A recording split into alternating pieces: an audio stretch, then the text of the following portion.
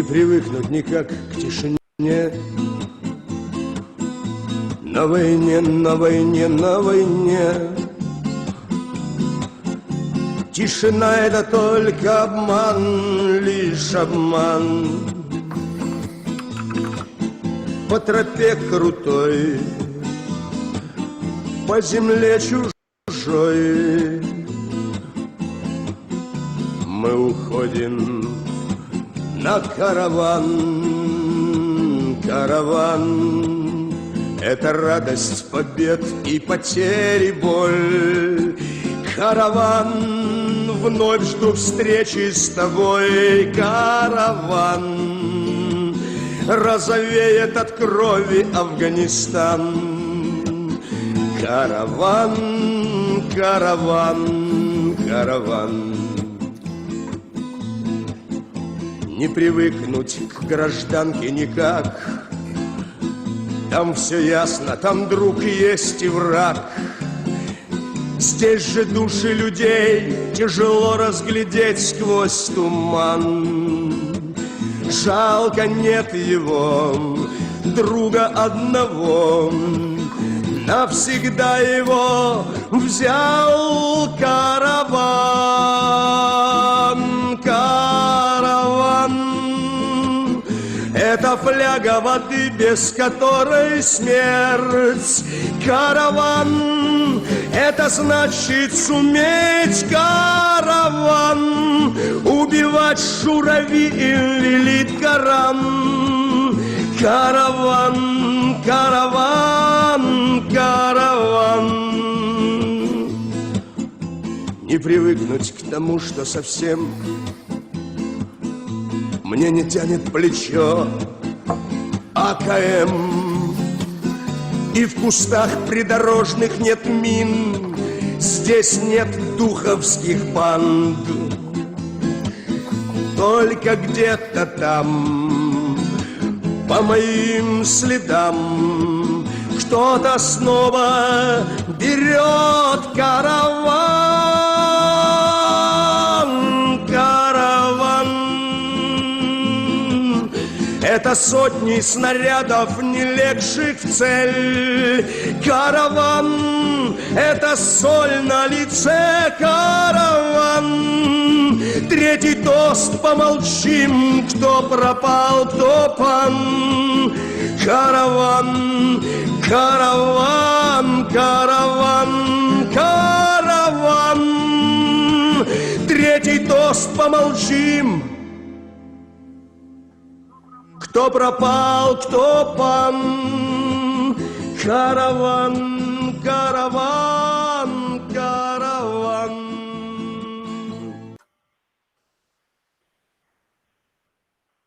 You are listening to This Week in Clown World with Ben and Hobbs, so sit back, relax, take your black pill, and enjoy the show.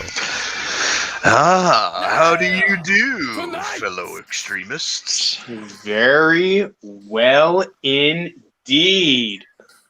What's up, guys? It's been a while. It has.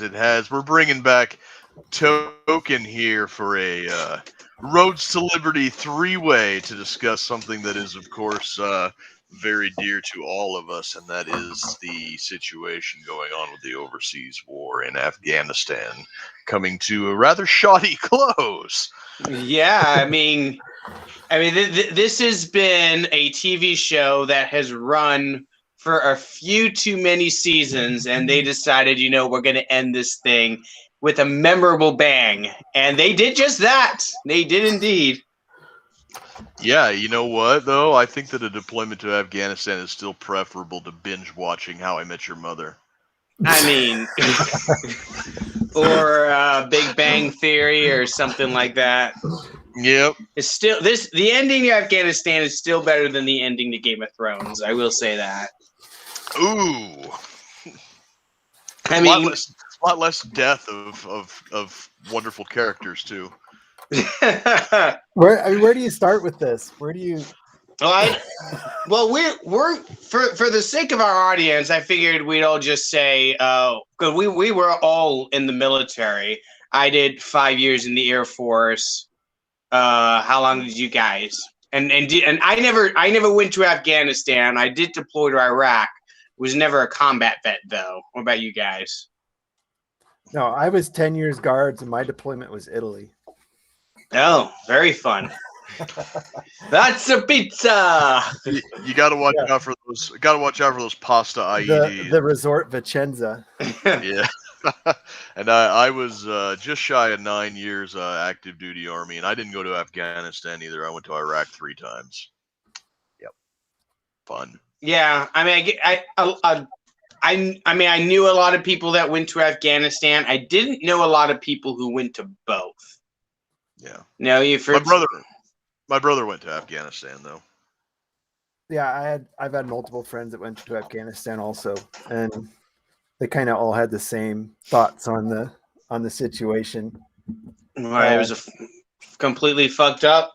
Yeah, the people they were training were untrainable, and that country was fucked as soon as they left. I never heard anybody give any vote of confidence.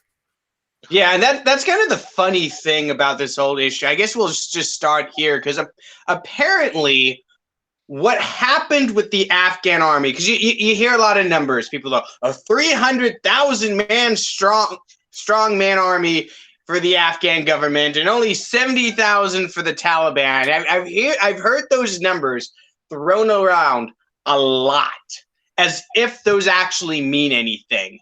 But here's a clue. That's bullshit. 300. I'm not a military history, expert, but I know a fair deal about history. I've never heard of a 300,000 man army with the most high-tech gear available being defeated by 70,000 men with, AKs who've been hiding out in caves for the last 20 years. So right off the bat, those numbers, bullshit. 300,000 men, nonsense. I don't know. I'm not going to doubt it. I'm going to doubt it. Because here's what happens. And no one ever doubts that the Afghan government is corrupt as fuck. Here's what happens. You got some general out in buttfuck nowhere, Afghanistan, and he's supposed to have 1,000 men, right? Turns out he's only got 700 men. And the 300 men he's supposed to have but doesn't, guess who's getting their salaries straight from the U.S. taxpayers? He's getting it, right? Because he's got 300 less men than he's supposed to have. And who's going to question him on that, right? Well, his immediate superior, who's probably doing the same exact thing? Yep. It's like this 300,000 man army, now that probably doesn't exist. It's probably half that. And this 70,000 number that you hear from the Taliban, probably triple, quadruple that. Right? There's probably way more. Because how do they know it's 70,000? Do we have some Census Bureau guy going out to the caves of Afghanistan, counting heads? All right, so I'll concede this. The ratio is probably correct. Maybe not in the way that we wanted it to be. The reason I think that small of even if we go with whatever ratio, that smaller force could have taken them, was because they trained those troops to fight like Americans. With all the logistics, you have air support, the whole total warfare, when they should have been training these guys to fight from fucking Toyota Hiluxes with AR-15s. Yeah, this is they wrote this up in I think the New York Times or the New York Post. They were writing about how this could have happened. And apparently we set them up to fail from the very beginning, because the Afghan military was modeled off the U.S. military, with reliance on air support, resupplying remote outposts with helicopters, right? Yep. Stuff like that. The problem is Afghanistan isn't the United States of America. They do not have the infrastructure to support a modern military. So when the United States decide to pull out all our air support, pull out all our contractors, and give their military zero support, they're sitting there on Zoom calls with Americans pointing their cameras at the helicopters, be like, okay, what do we do? It's like, well, of course that's going to fail. Afghanistan is one of the poorest, most backwards countries in the entire world. Right? It's on par with some of the sub-Saharan Africa countries, right? You wouldn't train those countries to fight American style because they don't have B-52s, right? You want to train these armies to fight with AKs and pickup trucks because that's what they're actually capable of producing. Yeah. So, of course, once we pull out and take all our air support with us, this Afghan National Army just melts. It disappears and the Taliban takes over within a week. Right, and the other big thing that it doesn't matter even if the numbers were correct with the 70,000 Taliban and the 300,000 Afghan National Army and everything, is that this wasn't even a fight. When you say 70,000 Taliban defeated a 300,000 Afghan National Army, they didn't defeat them. In a lot of cases, as soon as the Americans started leaving and the Taliban started rolling in from their caves, the ANA, they either just was like, all right, fuck it, whatever, we're not even going to put up a fight. Some of them deuced out to go back up to the hills to wage a guerrilla war. But by and large, the thing that I think that our military either misunderstood or thought that they could overcome is the fact that a lot of people in Afghanistan don't necessarily recognize Afghanistan in so much as their loyalties lie to their immediate family, their clans, their tribes. Some people up in the hills probably don't even know that they live in a country called Afghanistan. Yeah. I think you hit on the main premise, and here's why I think Afghanistan is pretty much a fucked country forever now. They never crossed the threshold from tribalism to a monarchy to a centralized government.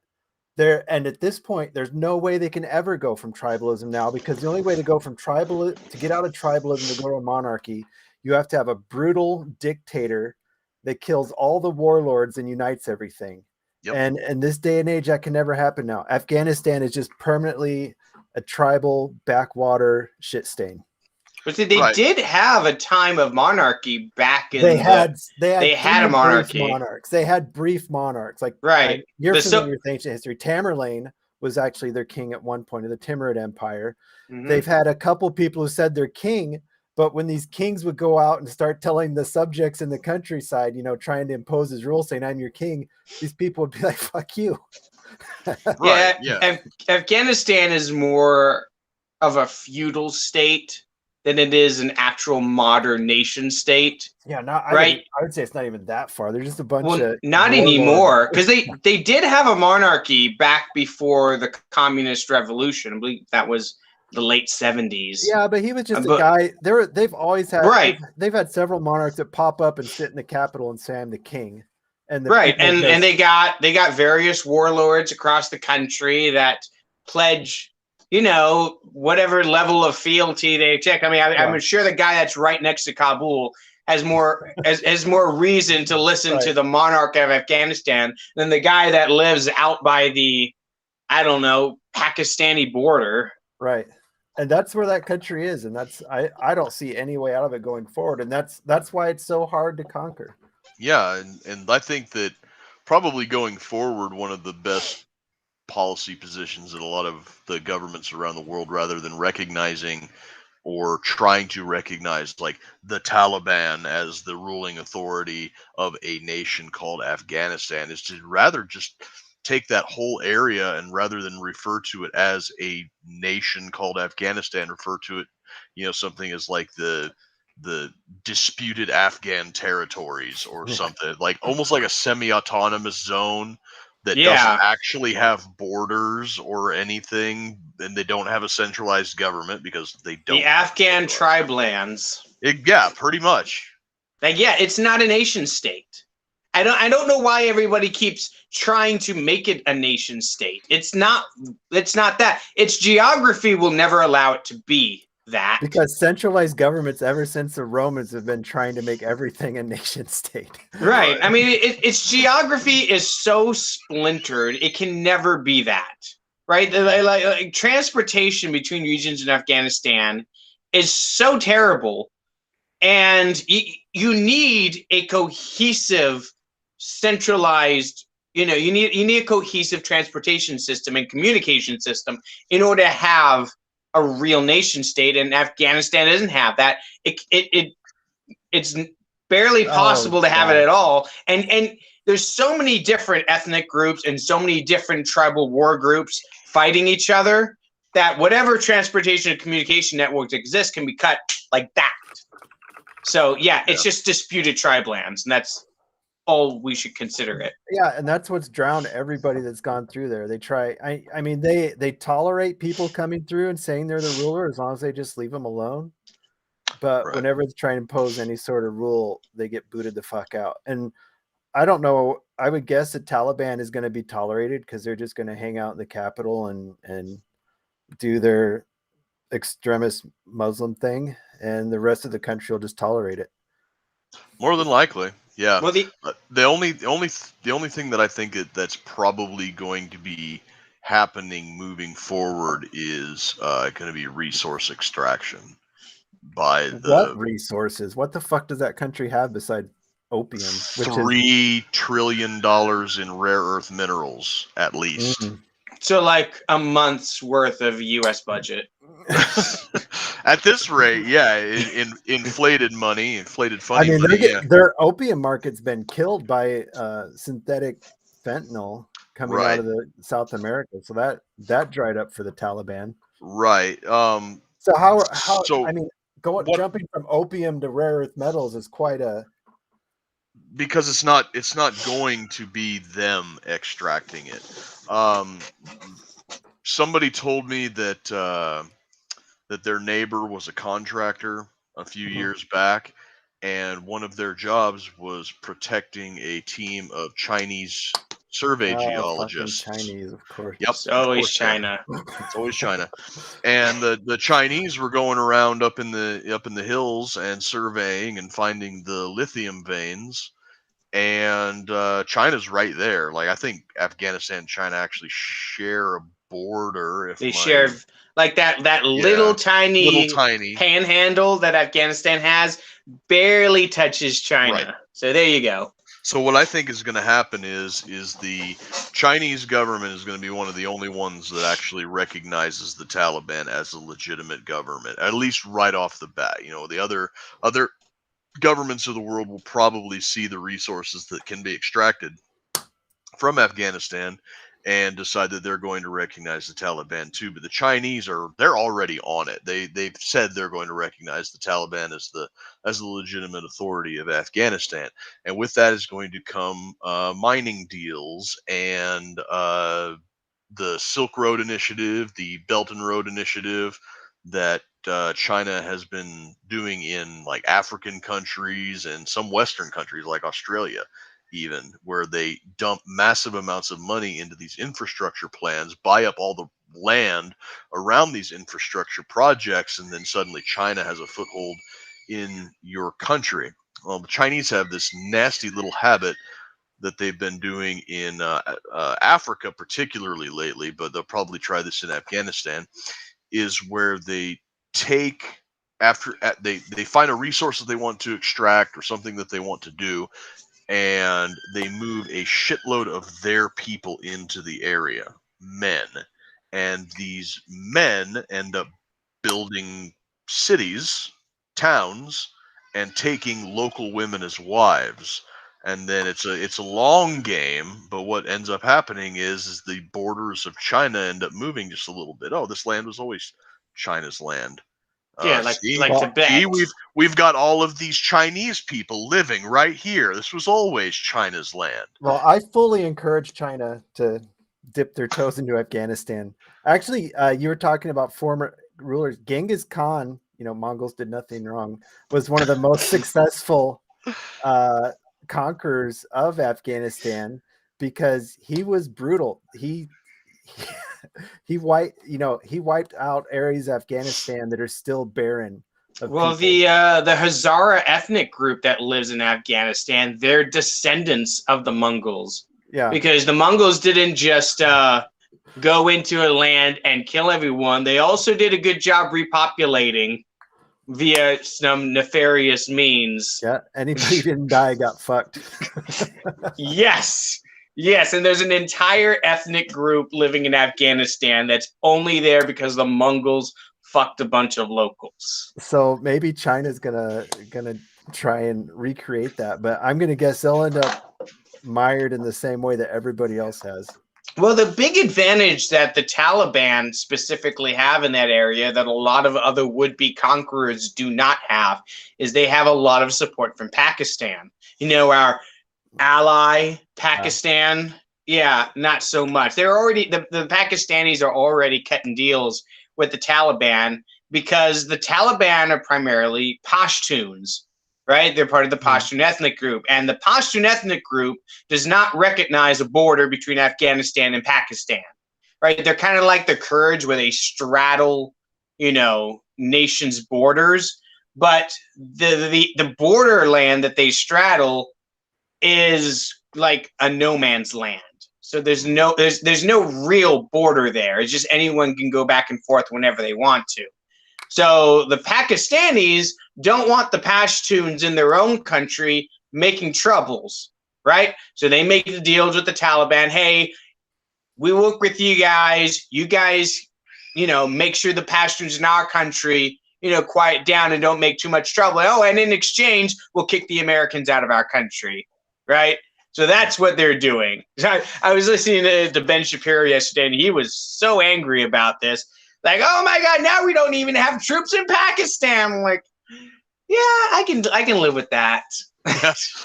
Well, did you see that reporter? He asked some State Department person. He's like, why is the Biden administration concerned that when we pull out of Afghanistan, we'll no longer have troops on the border with Tajikistan? And the State Department reporter is like, no, we are not concerned about Tajikistan. It's like, yeah, he pulls up a map. Show me Tajikistan. Show it to me. Where is it on the map? It's like this porter was an obvious, weapons dealer plant or something. Yeah, see, that's the thing about this war. Nobody actually thought that we were going to succeed in nation building in Afghanistan. Nobody thought that. That's not the reason we stayed there for 20 years. The reason we stayed there for 20 years is because this was the biggest honeypot in world history. Like every military contractor in the United States wanted that war to keep going because that's a honeypot for them. They've building schools in Afghanistan is big money for American contractors selling supplies to the Afghan military. I mean, how many trillions of dollars did they pour into the Afghan military? All that money went right into the pockets of American arms contractors. So yeah, they didn't want this thing to end. They wanted this thing to keep going, and that's the only reason it kept going for 20 years. And war hawks are like, oh, this is to stop terrorism coming from Afghanistan. Like, nobody believes that. Well, Nobody believes that. I like how the progressives framed it that we had to be there to protect women's rights. Oh, woke imperialism. I love it. We got to keep blowing up children to protect women's rights. I got to say something about that because it has been a bee in my bonnet this whole time. But do you ever notice how when the administration and Democrats talk about the humanitarian crisis in Afghanistan, they're always very specific. They're always concerned about women and girls. And that's it. The line used to be women and children first or whatever. No. It's women and girls specifically. Right, that's who they're very concerned about. There's no concern at all about little boys living in Afghanistan. There's no concern about the men living in Afghanistan. It's women and girls. They're the only people that apparently matter, which makes perfect sense if you listen to the progressive left's, rhetoric over the last decade or so. It's all about women and girls, and it's not funny. It's not funny at all because we all know what our allies in Afghanistan have been up to this whole time. We've been propping up a regime for 20 years that is chock full of child rapists, of people who rape little boys, right? It's a cultural norm in Afghanistan, apparently, not to the Taliban, but to our allies. Right? Because the Taliban, when they catch people raping little boys, they execute them in public as a warning to everybody else, which, base Taliban for doing that. That's what everybody should do. But seriously, Yeah, we've been propping up these fuckers for 20 years, right? They've been sleeping in barracks on our military bases, screwing little boys while our troops are there, knowing what's happening, and our politicians telling them not to stop. And it's incredibly ironic to me because we spent this whole time trying to export Western values of democracy, of equality, of freedom. You know what? How about one of the values we should have tried to export was not to fuck kids? That seems like the number one value that you should try to export to a foreign country. But apparently that was on the bottom of the list for our politicians. Well, they needed a new place after they closed down Epstein's Island. Yeah, I was going to say, look at our politicians. They don't hold that value. That particular value is foreign to them too. But yeah, there was a special forces soldier who he was on a patrol base. This was years ago, but he was on a patrol base, and one of the people there was an Afghan police chief, and this guy had like a 10-year-old boy chained to his bed that he would rape, and the boy would scream. And this SF guy got sick and tired of listening to this little kid screaming, and finally just beat the ever-living dog shit out of this this Afghan police chief and got arrested for it. Yeah, I'm surprised he didn't kill the guy. I probably would have. Yeah, and he would have deserved it too. Yep. And here's the thing. Say you shoot the guy, right? And like, oh, how dare you? We're sending you to jail for this. All you have to do is call up the media and be like, yo, I got a story for you. Because that guy got exonerated for it. They didn't send him to jail for that, right? Because he went to the media and said, yo, listen to this. I heard this guy, raping a little boy, and I beat his ass. I beat the shit out of him. And then my superiors punished me. You're going to run that story? Okay, good. Yeah. Show me the jury that will convict a guy who beat the shit out of a boy rapist or killed a boy rapist, and I'll show you the part of the country that is in desperate need of an Enola Gay moment. Yeah, that's the thing. That's the thing. How did we spend 20 years exporting Western values like, equality between the sexes? We want more women and girls going to school and having careers and all that good stuff. All the while, there's always women and girls. It's always women and girls. Because we know that if we told them that they can't rape kids, then they might turn on us. Because that is the culture. That is the culture that we were propping up in Afghanistan. America can't even agree on their values. What values would we export to people now? I mean, those are the values. The only value that matters is equality for women. That's the only value apparently that we care enough to export. I thought there were more than two genders, anyways. Well, see, it's 20 years behind the time because Afghanistan's a backwards place. Oh, we gotta roll it. We can't bring all the genders on them right away. We gotta ease them into that. Right. Baby steps. I mean, you can't hit them right away with super straight. I mean, that's too radical. Yeah. So let's shift gears to exactly how this was pulled off, because it's my understanding that the Trump plan to get out of Afghanistan was supposed to happen in May. Mm-hmm. And when Biden won the election, one of the first things he did was completely scrap the plan to get out in May and wanted to push it back to September 11th. Wanted to be like a big symbolic shindig, we're going to pull out on 20th anniversary September 11, we lose again. Yeah, it's like and you know what, that's fine, if you want to make a big symbolic deal about the date and all that other shit, okay, fine, whatever. But guys, I just looked at my calendar and it's not September 11th yet. So what happened? Because to me, it looks like the commanders in Afghanistan were, probably taking their time, packing up their stuff, getting everything done the right way.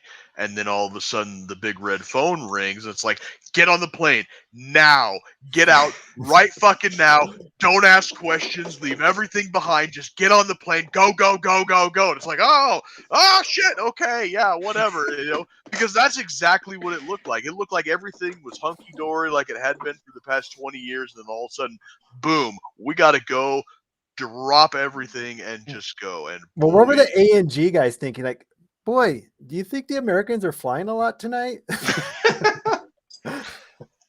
Like, well, they were gone. I hope they overnight, stop. guess. I can't sleep. Yeah, well, apparently the Afghan army commander at Camp Leatherneck, which I believe is outside Kabul, he didn't even know they were leaving. This happened like a couple of weeks ago. He didn't know that the Americans were leaving until he woke up one morning and walked out of his barracks, and he didn't see a single American soldier. And he's like, "What the hell?" And he walked into the U.S. headquarters building, and the place is cleaned out. And he's like, "What the fuck happened? There's Where just is a, everybody?" There's just a They said lonely anything? janitor. There's just a lonely janitor they left behind mopping the floor. Like, yeah, I don't know where they all are. I hope they didn't leave me. Have they said anything why they had to leave like that? Are they given any sort of excuse or? No, I think that Afghanistan was a distraction from something else, because How there's senile Biden is getting, maybe? how senile he's getting, the election audit things that are going on. I mean, even the fucking My Pillow guys cyber symposium that happened last week is probably making them sweat. I mean, there's just so much shit going on right now that they're just like, okay, fine. Afghanistan's already a hellhole. We can't make it worse. And it's like, challenge accepted. Like, I think Biden felt like he needed a win. It's like, all right, this is my win. Right? I got to do this. I got to get out of Afghanistan. We'll have a big parade. Right? We'll have the news media there at the airport watching the troops get on the plane and fly home. Because, like, here's the deal. It wasn't meant to be a retreat. We were just supposed to leave. And the Afghan National Army was supposed to wave goodbye and then go back to fighting the Taliban. But the Afghan National Army didn't fight the Taliban. And all of a sudden, we're getting in the planes to leave, and the Taliban's there. It's like, holy shit, where did these guys come from? They're just there, all over the place. Learning to use gym equipment and ride in bumper cars. We're doing pouring ice cream in the Capitol. And posting Wojak memes on Twitter. I wasn't even mad. It was just a bunch of guys being dudes. Right? It's like did you see the one where they found the gym? They were trying to figure out what all that shit was. No, I didn't. Yeah, that was pretty epic. Like it's kind of like you ever see that video of Afghan soldiers trying to do jumping jacks? Yeah, and they're all doing them wrong in their own unique fail way. Yes, that goes back to one of the very first things Ben said at the beginning of the episode, was we were trying to train an army that was untrainable. And that video perfectly encapsulates the untrainability, at least as far as Western standards go, of the men who inhabit Afghanistan. They can't even figure out jumping jacks.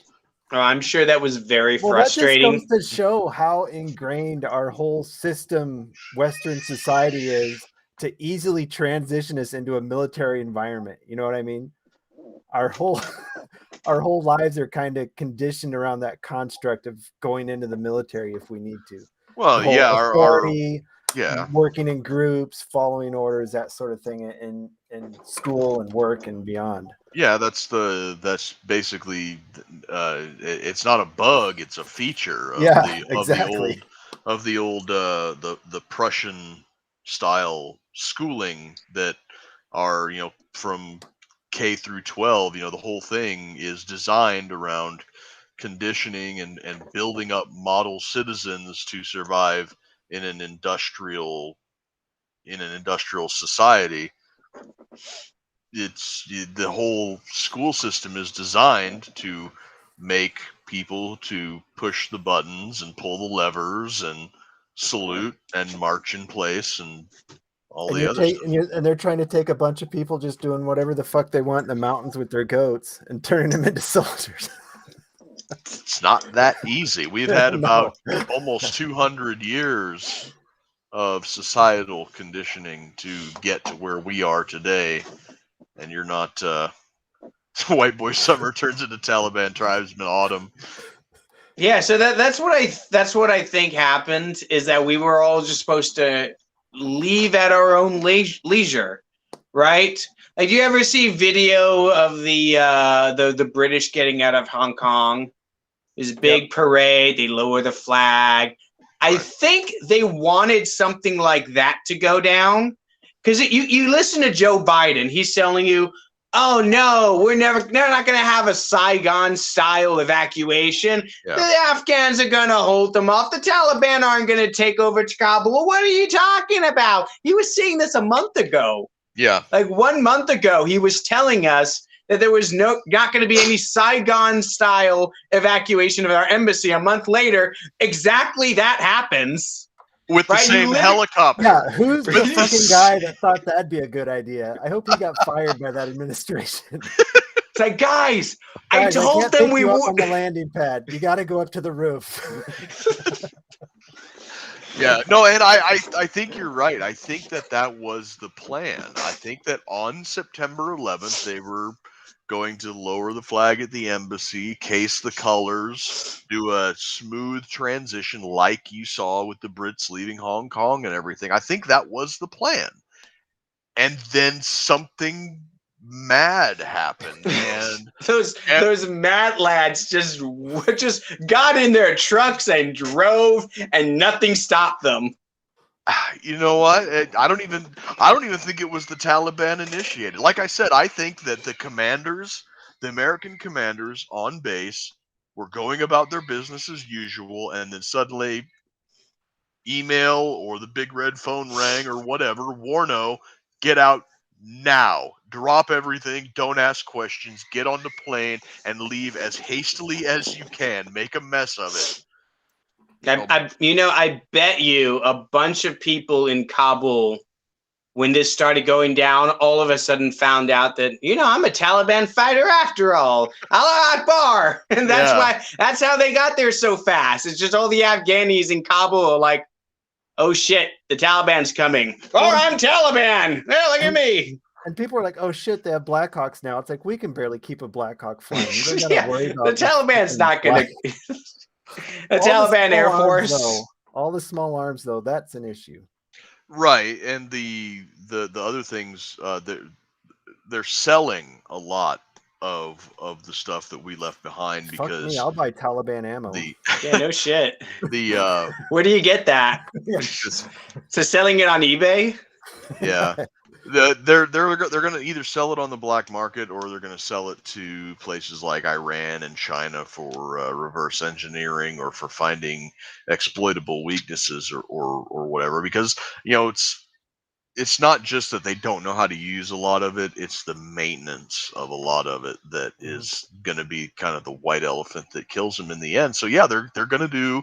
The short term thing, the short term smart thing would be just use it until you break it and then blow it up. But the long term thing that they're going to do is they're going to sell it for a shitload of money, and that's just more money that they got in their pockets. Because like you said, the opium trade is, I wouldn't say it's dried up, but it's not as lucrative as it was a few.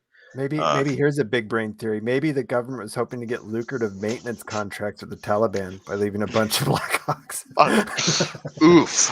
Oh, you gotta keep that gravy train going one way or the other. Yeah. Yeah, Brandon over here says they immediately dropped their AKs and picked up NATO stuff. Yeah, when that NATO stuff meets how they treated their AKs over the past 50 years, that shit is going to fall apart in about probably 5 years. You're going to see Taliban guys carrying around crusty AKs again. Because, you mean I got to clean it?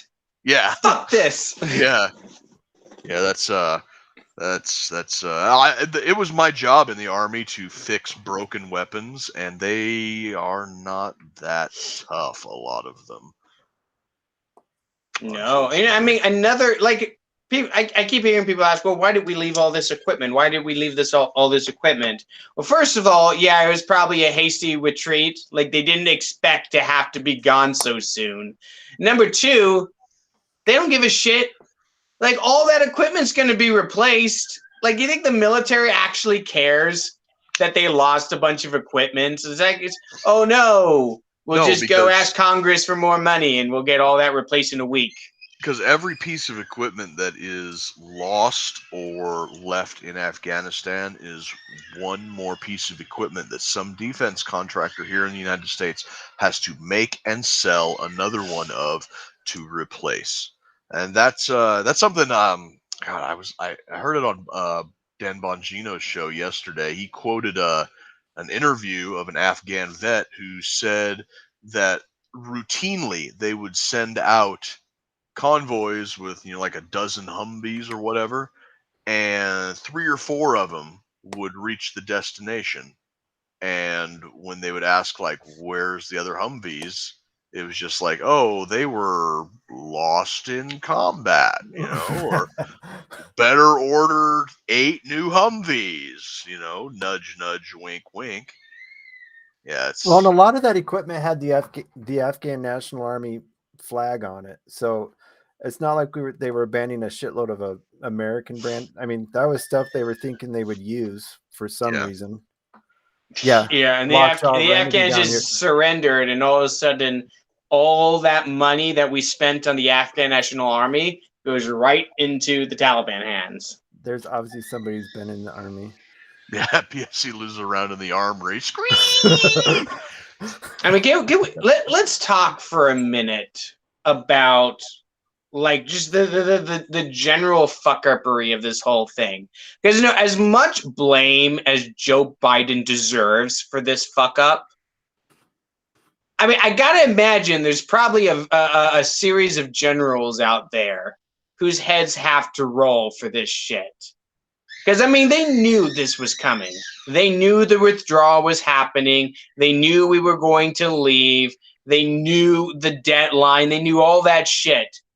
And for one reason or the other, did not make adequate plans to get out in any kind of coherent fashion. It was so bad. You had Afghans running onto the airport, hanging off the sides of airplanes, and raining down from the sky as we're trying to get our planes out of there. Nathan, I mean, that was 4 days ago. Get over it. Right. Getting serious for a minute. This is something, I hate to bring him up twice, but something that Bongino was talking about today and yesterday was the fact that that our military leaders, mainly the Joint Chiefs, the Secretary of Defense, the woke military. Yeah, you could say that if they focused less on deciphering white rage at the Capitol on January 6th, fucking yes, and focused more on the shitstorm in Afghanistan, this might not have happened. But yeah, he said that they're either there's only one of two outcomes. Either one, they were warned and they were just too callous, or two, they were lied to, or they're lying to us. And like everybody knew that as soon as the U.S. pulled out of Afghanistan, that it was going to soon collapse. So it doesn't take a rocket surgeon to extrapolate that if the U.S. pulls out like their hair is on fire, the place is going to collapse in less than 2 weeks. That's just, file that under D for duh, you museum display grade retard. I mean, we're Atlas. We were Atlas holding up the world in Afghanistan, right? And we shrugged our shoulders, and Afghanistan fell to pieces. That's exactly what happened. This was predictable. This was like any layman looking at the situation who told you, oh yeah, the Afghan government, bunch of shitheads. In fact, the president of Afghanistan yeeted out of there to the Middle East, and he's hanging out there with all his money, like, I'm the president of Afghanistan. Right. But yeah, you're exactly right. Hit the nail right on the head there. These fucking generals so concerned about white rage and white nationalists in the United States, we got to turn the war on terror inwards, completely forgot, hey, we're leaving Afghanistan. Maybe make plans for that. Maybe have contingencies. Maybe be ready, be prepared, right? Yeah. But no. They want to focus on white rage and the insurrectionists on January 6th. All these guys, like, you Right. fucking retard. You have a war in Afghanistan. You're getting out, and this is the product you give us, right? You're a general. Right? You're supposed to give the American people a product, right? A capable fighting force. And when you give you an order to leave a country, you do it properly. And Joe Biden's a shithead, yeah, but they know that. They work with Joe Biden every day. They know he's a dementia-riddled old man. He doesn't know where the fuck he is. So it's on you, generals. It's on you to make this work. And if you fail on that, sorry, your ass needs to be booted out. You need to be fired immediately for that. Yep. Well, I like how the script is flipped on Afghan immigrants now. A lot of the right conservatives, like, we should have been bringing these Afghan people over to the country that were helping us.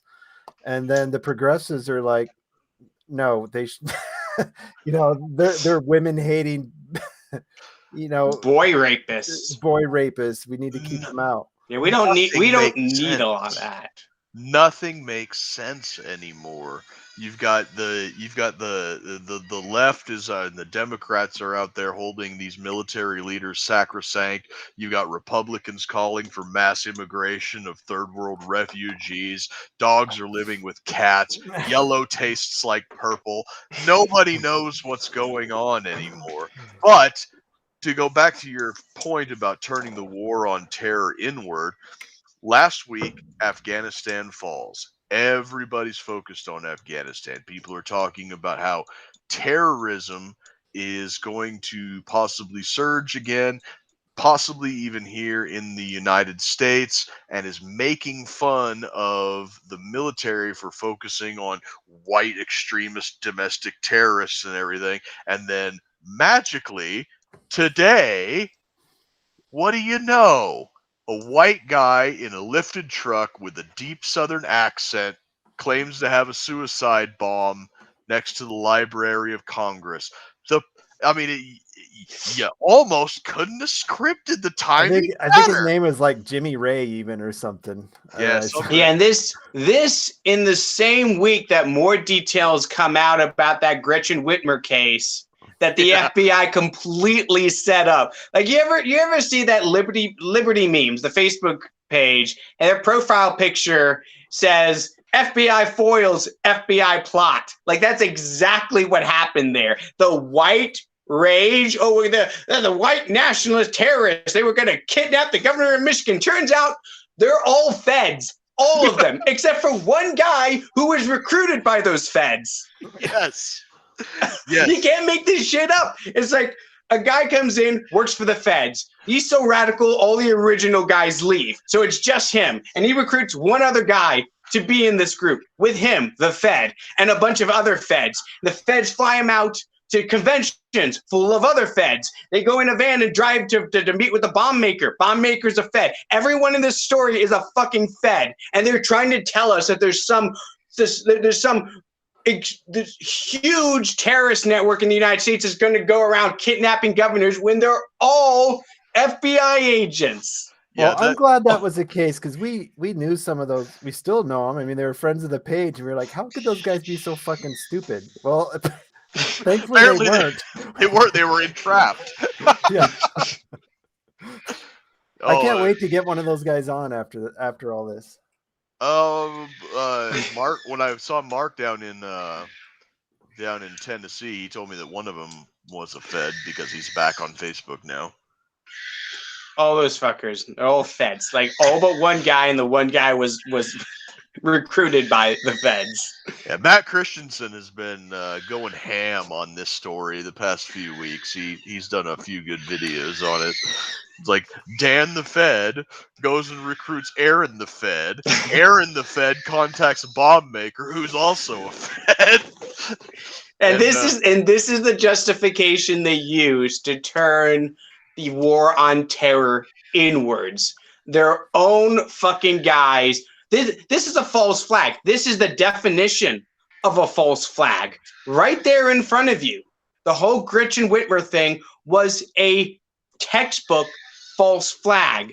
There's all federal agents, all of it, the entire thing. It's made up. It's mythical. It's make believe, right? Yep. And this is what these woke generals were talking about at Senate hearings.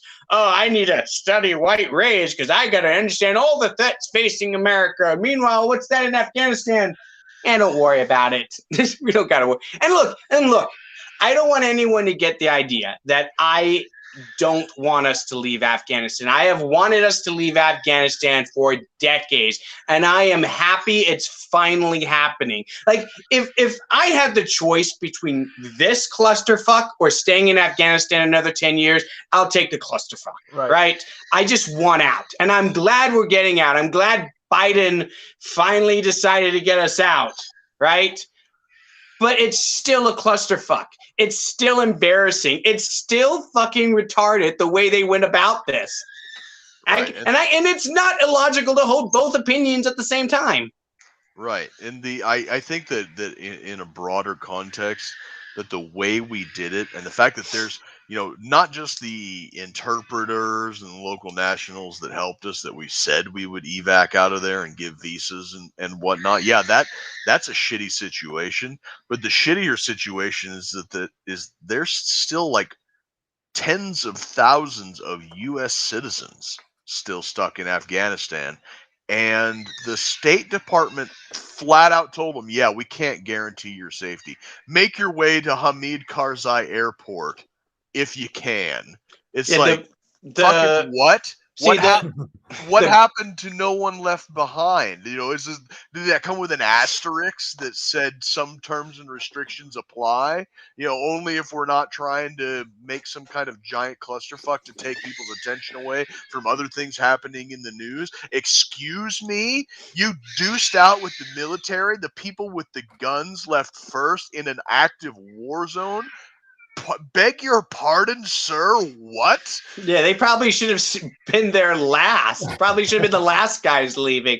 And not only that, but the Brits showed us up because the Brits have a bunch of nationals in Afghanistan. You know what they did? They took a bunch of their paratroopers and drove them in Humvees to the middle of Kabul to go get them. And be ready for combat. They told them before they left. Yeah, badass Brits, paratroopers, driving through the streets of Kabul to get their guys. That's what we should have done. All those civilians should have been the first on the planes. They should have been out first. But the soldiers are all out first. What?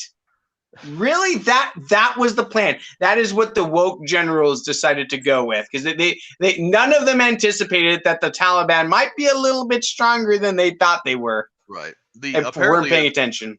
And apparently, according to the Trump plan, that was the plan. It was going to be all civilian U.S. assets pulled out of Afghanistan first, followed by local nationals who we had promised visas and extract to, and then the military was going to be the last ones on the bird to get out. That was the right way to do it, and they're just like, no, let's just invert it. Let's get all of the security to just leave right away. What is the worst that could happen? And the worst that could happen knocked on the door and said, "You rang." and the thing is that they flew everybody out on the big birds, the C-17s, the C-5s, the C-130s. They got all of the military out far away, because I can pretty much guarantee that if there were still sizable assets in the area and that knew that there were still U.S.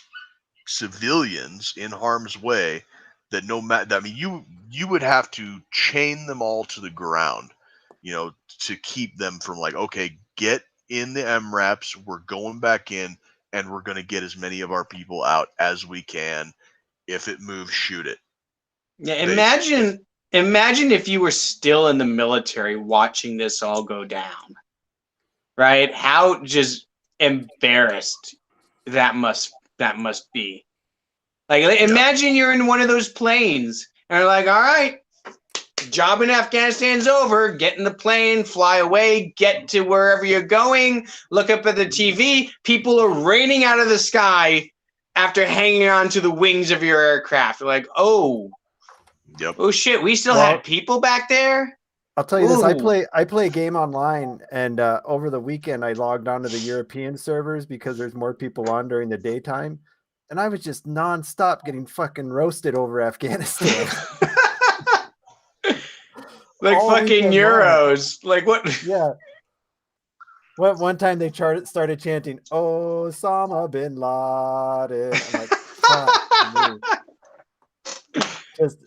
I mean, it's embarrassing. The whole thing is just embarrassing. Well, I don't know why the Brits are saying anything, because it's not like they have the capability to do anything without our help. Yeah, I was like, "Oi, mate, got a license."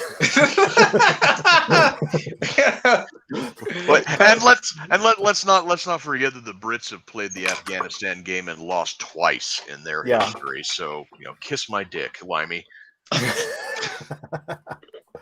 Well, the other thing, we're getting close to the hour. Did you want to talk about that interview transcript coming out, Nathan? Or I mean, I didn't read the whole thing, but from the transcript, they left in all the ums and ahs and all the broken sentences, and he left all that in there. This is the Biden interview that's This not was out the yet. Biden interview with George Stephanopoulos. I don't know when it's going to air. But I was reading it, and he was sitting there going, oh, nobody warned me about this. Nobody said that the Afghan government was going to fall this quickly. No one said that. No one thought that. Blah, blah, blah. I'm like, I don't believe you. I don't believe you. You're a lying old man. Somebody told you to say that. And here's the thing. Remember that press conference he gave where everyone's like, oh, he's blaming everybody else but himself. Blah, blah, blah, blah, blah. Let everyone focus on that. Well, I want focus on this hopefully is going to be the most significant foreign policy event of his presidency. Hopefully. Oh God, let it be the most significant one. What else could he fucking do that would be that embarrassing? But not he went Sell almost Alaska to Russia? He went almost a whole week without saying a word. Right? And then he has this short press conference and leaves without answering any questions, and then goes back on vacation right afterwards. I mean, if you guys, Democrats, listen to me. I know you hated Trump, but your guy has dementia. He's not there. He's barely human anymore. Let this poor man retire. Please let him go. And before he goes, make him fire Kamala Harris, because we do not need that. I think right there might just be where this is headed.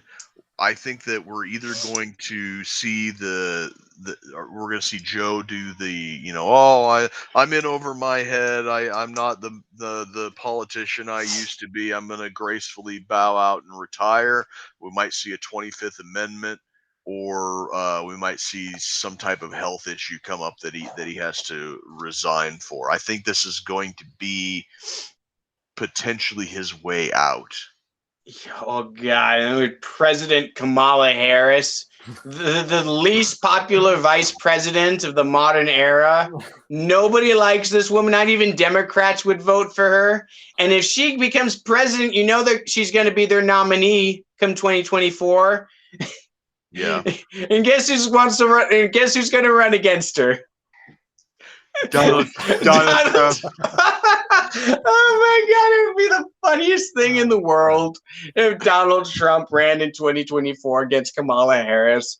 Oh God! America is not so evil a country to deserve this. Yes, I think that just icing on the cake would be if Trump nominated somebody who has already nuked Kamala from orbit, Tulsi Gabbard, as his VP.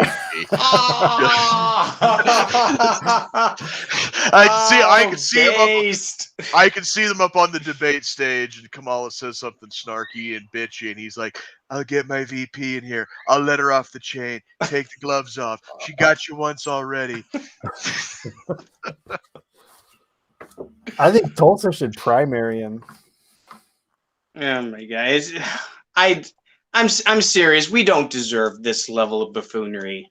I mean, and it's so crazy. We've had such a series of just mind-bogglingly bad presidents, right? I mean, we had that election in 2016 between Hillary Clinton and Donald Trump, and that was bad enough. And it's crazy because I mean, everyone knows Hillary Clinton was a lizard person, and Donald Trump. I mean, Donald Trump might be an orangutan, but orangutans are closer to human than lizards, and that's why he won. At least he was entertaining buffoonery instead of just embarrassing and sad like Biden. Yeah, it's sad. This old man should just go home, retire, spend some time with the grandkids before his brain turns into Swiss cheese. Yep. I mean, we're already there. I'm gonna play some Mario Kart and get some Rocky Road ice cream and the thing. You know the thing. You know the thing. I'm gonna go get some ice cream with the Taliban. They seem to be big fans of it. You know, I think you're right, Hobbs. It was just a smokescreen. I mean, what else fucking happened this week in Clown World besides Afghanistan? It seems like that was all that was everywhere. Right. Well, yeah. Like I said, the election audit stuff going on in Georgia and Pennsylvania. Didn't hear shit about it. Arizona, you didn't hear shit about that. Mike Lindell's cyber symposium, they inserted a poison pill, and he came on Alex Jones today for a full hour to talk about all the stuff that they uncovered there.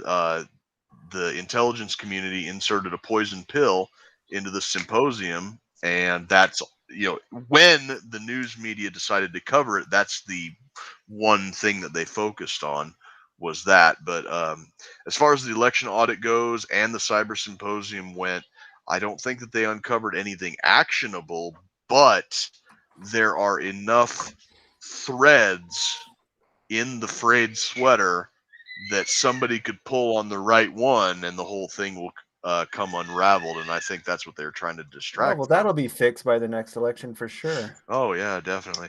We got people who are talking about Ron DeSantis. We've talked about DeSantis in a few. Me and Nathan did. Base DeSantis. Yeah, Base DeSantis. He's got this really bad habit of doing something like super cool and then just taking it way too far on into the authoritarianism of the other direction. Like he's like, I'm gonna make sure no schools in Florida implement critical race theory. And it's like, awesome, good job, DeSantis. And I'm gonna mandate an America first. And it's like, dude, no, you could stop with the Marxism critical race theory and just ban that. You don't have to go to a rose-colored glasses interpretation of U.S. history. It's he gets to the top of the pyramid with the base, and then he just kind of goes off of. He gets excited and goes too far. What did I say? Biden said he was gonna punish governors that don't allow mask mandates or whatever. Oh yes. This was interesting because he wants to bring civil suits against governors who don't allow mask mandates in schools. And the reasoning behind this is that if a school doesn't have a mask mandate, some parents might keep their kids home, which creates unequal access to schooling. Did you see what schools are already doing to get around that, though? They're making masks part of the dress code. It's not a mask mandate, but That's the same thing. I'm sure his ban on mask mandates will probably cover that too. They just say students don't have to wear. See, here's the thing: saying that there's no mask mandate is not saying that they're not allowed to wear masks. So if parents still want to send their kids to school in masks, they're free to do that. They just can't force all the other kids who don't want to wear masks to do so. Freedom. That's a good thing. That's a good thing. Thank you, Ron DeSantis. Yeah, Brandon over here, he says that he thinks that DeSantis is going to run for president and Trump's going to run for Senate. No. That would be better. That would be better. That would be okay, but I think that the better, and I've said this before on the show, I think that a better outcome would be Trump runs for Congress this year, becomes the Speaker of the House, Oh my god, that'd be hilarious. takes Nancy Pelosi's job as Speaker of the House, and then runs for president in 2024 just for the salt. Not because I think Trump is a great president, I mean, although he is definitely better than Biden, but just for Trump becomes Speaker of the House and then runs for president and then wins, a 2 non-consecutive term, pulls the old, what was it, Grover Cleveland? Yeah. Or he becomes Speaker of the House, Biden passes away, Kamala Harris resigns in disgrace, President Trump. Well, I think the Dems are completely fucking up their midterm chances. That's for sure. Oh God, yeah. That is it's going to be a damn near Republican sweep of everything in the 2022, unless they just cheat at a level that's too obvious to ignore. I wouldn't be surprised if Republicans, make major gains. They're not going to sweep. There are way too many places that are just solid blue. Yeah, well, yes. For the sweep. A sweep. Yeah, I don't mean like a literal. You mean like a sweep of the purple districts? Yeah. Yeah, that's doable. Definitely taking back Georgia. At the very least, probably a filibuster-proof majority in the Senate, and maybe a veto-proof majority in both chambers. Well, I mean, you see how the Democrats are going to try to maintain powers. They're raking up the fear-mongering on COVID, right? Joe Biden's out there saying, "Oh, these unvaccinated people are the reason that we still have COVID in this country." And no, people who are vaccinated can still spread it. The CDC said so. So what the fuck are you talking about? When is Twitter going to take down your account, Joe Biden? I'm waiting any minute now, Mr. Misinformation there. And Dr. Fauci did the same thing. Dr. Fauci said that if you had the vaccine, you couldn't spread COVID. That was a lie. I hope he gets his account taken down. Yep. Yeah. Well, you guys want to call it a night, or you still want to talk shit? Nah, I think we try to keep it under an hour. We start losing people, and our train of thoughts goes way off track. Yep. So, all right. Yeah, thanks for joining us, Token. Absolutely. We've been needing to have you on for the goodbye episode.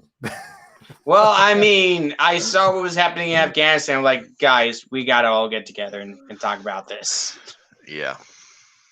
Yes. And we had to cut him loose because he's getting banned off all social media, and he was just too toxic. I'm down to MeWe now. That's it.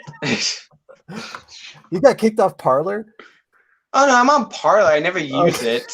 Okay. And it doesn't count. You got Gab. Gab.